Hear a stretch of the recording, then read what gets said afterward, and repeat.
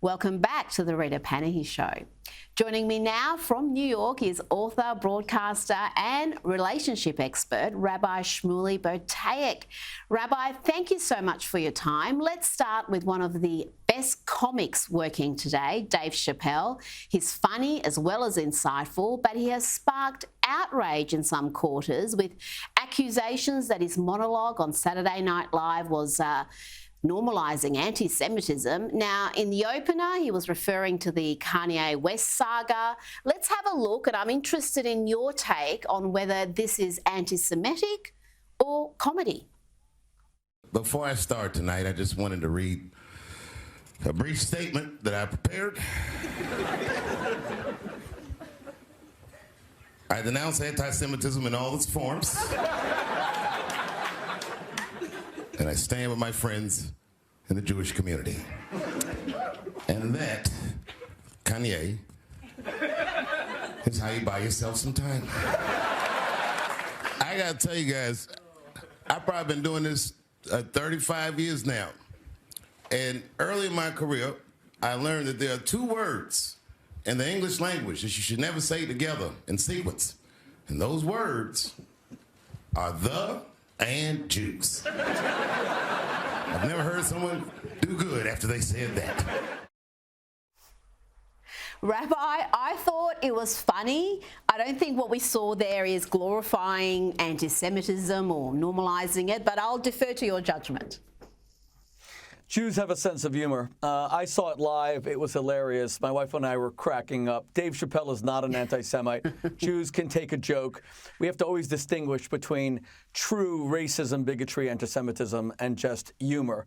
Now, Kanye West had every opportunity to repudiate the disgusting, vile things he said about Jews that feeds into every anti-Semitic trope that has led to so much violence against Jews. We're bloodsuckers, we're leeches, we're parasites. He just keeps on digging deeper into that anti-Semitic pit. But Chappelle was kind of making fun of it, and he's being pilloried for that monologue on Saturday Night Live when America actually does need a good laugh. Let's not cry wolf, by which we would degrade real anti-Semitism.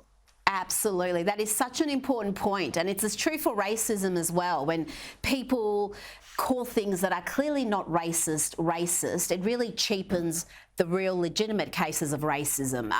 But the fact that Dave Chappelle has gone against this entire woke orthodoxy, he's challenged the excesses of the trans movement, he's challenged the notion that every Trump supporter must be racist, well, that's seen him attacked. And Saturday Night Live was also attacked, saying that he shouldn't be guest host. But this is a man, Rabbi, who, along with Ricky Gervais, is probably the leading comic geniuses of his generation. Look, Rita, we in the United States are so divided along partisan lines that all we do is hate each other, attack each other. We all need to laugh together. In fact, laughter is one of the great balms. It's one of the great remedies to hatred. It's where you don't take yourself so seriously. I want to do our utmost to purge society of racism, bigotry. But when we take it to an extreme that a comic can no longer have an edge, that a comic can no longer say kind of somewhat incendiary jokes that makes people laugh at themselves, then we're going to create such a serious kind of 1984 society with Big Brother watching us over every single comment that it's going to breed almost like a mental health crisis, which we're already in, because people will be afraid that every comment is something for which they can be attacked. There is real racism. There is real anti-Semitism. Kanye West is a real anti-Semite. David Chappelle is not. And later in the program, I'm going to bring a little bit of Dave Chappelle on Saturday Night Live, and he explained brilliantly, funny but also insightful, about what motivates the support for Trump. And I think it's an explanation not many people have heard. Now, Rabbi, I want to move on to something that both you and I are keen observers on. This is a phenomenon known as the bigotry of low expectations. And that's evident when we look at the so-called progressives and how they turn a blind eye to sexism and homophobia in Muslim communities.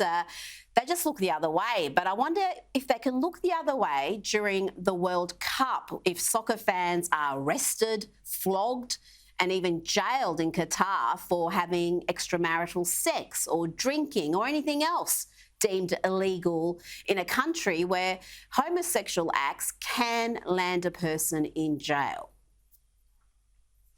You know, Rita, Qatar is an Islamist terror-funding government with an extremely very thin veneer of civility. They are the foremost funders of Hamas, the terrorist organization with a genocidal covenant against Israel, which is sworn to Israel's annihilation. They've given Hamas more than $1 billion.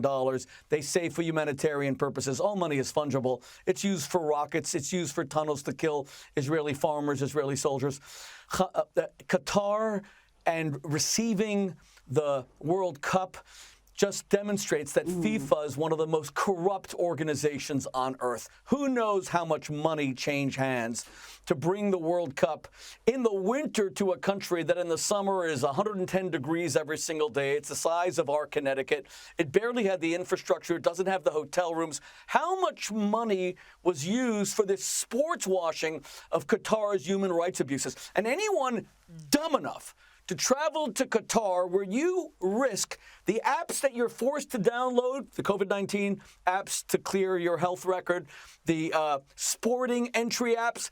Every intelligence service in the Western Hemisphere is saying they are going to steal all of your data. Bring a burner phone. You got to be nuts to travel to Qatar. If you're LGBTQ, you're truly crazy because over one kiss, you could be in prison. But extramarital sex gets you flogged. Now, they may not insist on all this stuff, but who would want to go to such a repressive regime? And we hear so much these days, Rabbi, about reparations and historic slavery and the evil of that, but those people have very little to say about the modern day slavery that we see in countries like Qatar, where they treat the migrant workers brutally. According to The Guardian, more than 6,500 migrant workers from places like India, Pakistan, Nepal, Bangladesh and Sri Lanka have died in Qatar since the country won the World Cup. Well, if you want to know how bad Qatar is, just think to yourself that they were boycotted and cut off completely by Saudi Arabia, by the United Arab Emirates, by Bahrain. I mean, even in the Gulf, they're a pariah. Their only real ally is Iran, which is the most evil government on earth, along with North Korea. Qatar's abuse of migrant workers, many of whom have died in building these stadiums since Qatar was awarded the World Cup, and what Sepp Blatter has already said was a mistake. What do you mean it was a mistake? Why wasn't this investigated?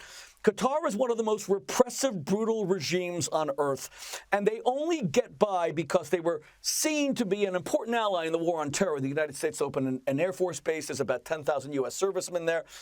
Servicemen and women, but we all know that this is they may be necessary for a base, but they are an absolutely evil government. They support terrorist regimes throughout the world. And we Jews are their biggest targets because Hamas has a charter calling for the murder of every single Jew on earth, including me sitting in the studio in New York City, including all the Jews of Australia, not just in the Middle East, and their biggest financial supporter is Qatar. Rabbi Shmuley, this is why we love having you on. You tell it like it is. Thank you for your time this evening.